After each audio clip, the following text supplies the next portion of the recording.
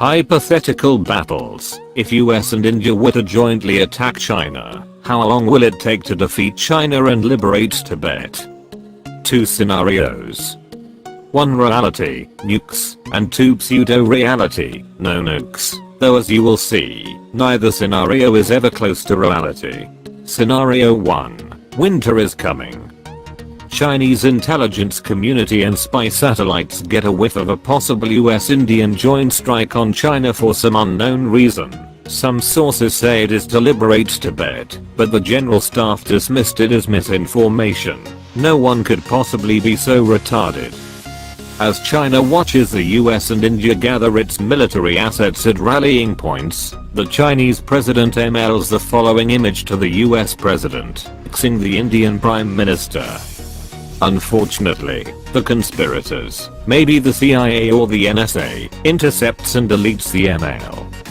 The US-Indian strike force launches its first airstrikes on known strategic missile sites and air defense assets. Of course, they do not get them all, and 1 hour later, New Delhi, New York City and Washington DC are hit by multiple nuclear-tipped ICBMs. Pakistan joins the party, hitting other Indian cities.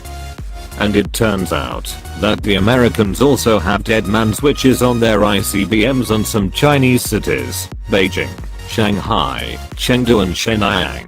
It's a big place, also get hit. Unfortunately, in the confusion, some of the missiles go stray and hit St. Petersburg and Moscow, triggering Russian missiles to launch at Chinese and US cities.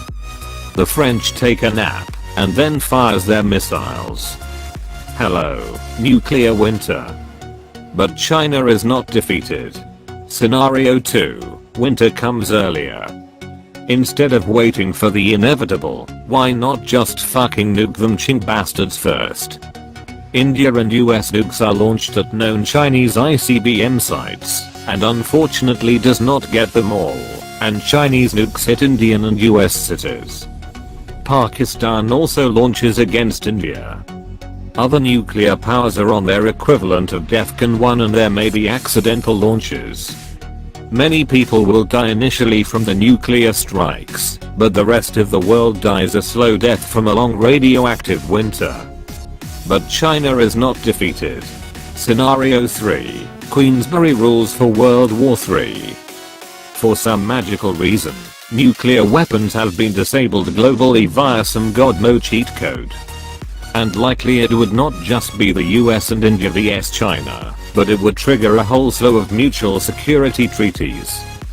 So it would likely look like aggressors, US, South Korea, Japan, Taiwan, Vietnam, Philippines, and India defenders, China, Pakistan, North Korea sidelines, Russia, EU.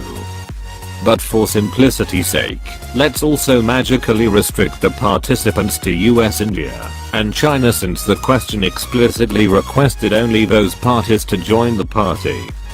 No external help for any of the participants.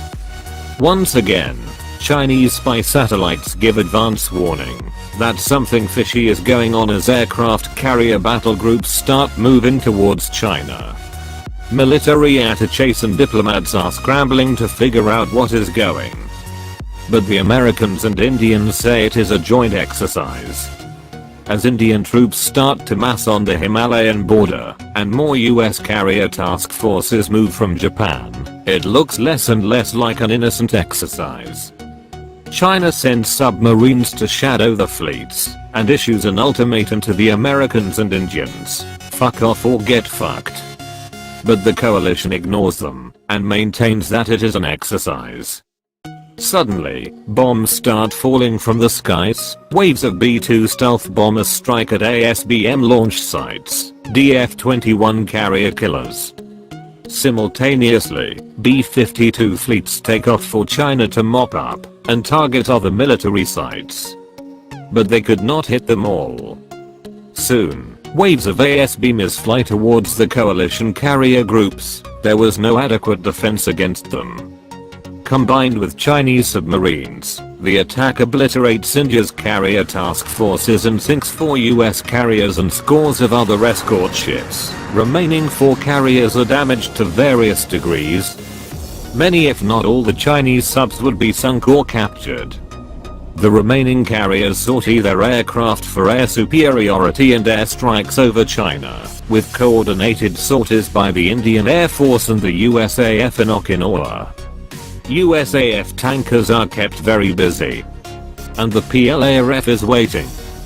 Extensive anti-air defenses wear down the coalition pilots, countermeasures, fuel, and mental fatigue, and with limited operational time, the advantage favors the defending aircraft.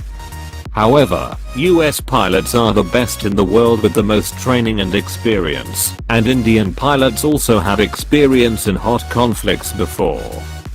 This one is tough to call, but the defenders have an advantage in logistics, and thus the outcome of the battle the longer it drags on. While the most modern aircraft of the PLARF, J-11 Akas Su-27, J-10, J-16, tangos with the coalition air superiority fighters and fighter bombers, older interceptors, J-7 Akas Su-15, J-8 Akamiji 21, try to take out the older B-52 bombers.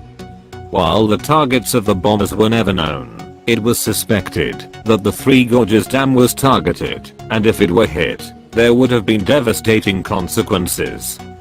This motivates the PLARF drivers to do absolutely everything possible to bring down the bombers. All the B-52 were shot down with heavy losses from escorts and interceptors. After half a day of air combat missions, the coalition was unable to win air superiority over China, nor was it able to bomb it into submission. Without decisive air superiority, no land action was possible. Or at least in theory. Scenario 4, land campaign begins anyway. Ignoring established military strategy, India proceeds to attack China along its Himalaya border. The difference between 1962 and 2014 will be that China and India would both not hesitate to scramble their air forces. While the IAF attempts to wrestle control of the skies from the PLARF air superiority fighters, waves of fighter bombers from both sides attempt to strike at enemy positions. Chinese and Indian assets are comparable and the fight will ultimately come down to the drivers. However, the odds are not in India's favor. China has clear numerical superiority. The terrain also favors the defenders. The Indian invasion is stopped cold, pun intended. If the US tries to invade from the sea, they also face heavy resistance from the PLARF, assuming that, even if the US has localized air superiority, the plan would be very difficult to defeat. It would be like Vietnam War all over again, but against a much better equipped army. Meanwhile in Lhasa and Dharamsala, life goes on, its people having no idea about the violence that is being committed in their name.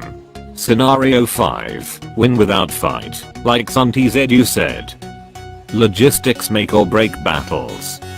Upon detecting the buildup of the coalition military exercise forces, China promptly launches anti-satellite weapons to knock out the GPS system, while PLA hackers wreak havoc other military and intelligence communications. Without any means to coordinate the massive amount of military assets, the US and India calls off the attack. However, China's global image plummets as it is portrayed as a trigger-happy superpower keen on weaponizing space, and blamed for starting the Kessler syndrome in low Earth orbit. Conclusion. In all scenarios, China does not capitulate. And this is hardly surprising, because while not all Chinese support their government, all Chinese support their country, especially in face of blatant aggression. Keep in mind that China had been humiliated by foreign powers for a century before the fall of the last dynasty. The PRC is sure as fuck not gonna let a repeat of history on their watch. Consequently, Chinese military doctrine is focused on total defense and had been designed with the US and India in mind. Attackers typically need a much larger numerical advantage to overwhelm defenders, and in conventional warfare, the US and India would not be able to bring to bear the full strength of its armed forces, because they are scattered around the world, and select all. Click on China. Would be very difficult to support logistically. If US and India were to jointly attack China, how long will it take to defeat China and liberate Tibet? It would take forever. Recommendation: a much wiser way to attack China to liberate Tibet is via misinformation warfare and plain old propaganda, which is what is actually happening now.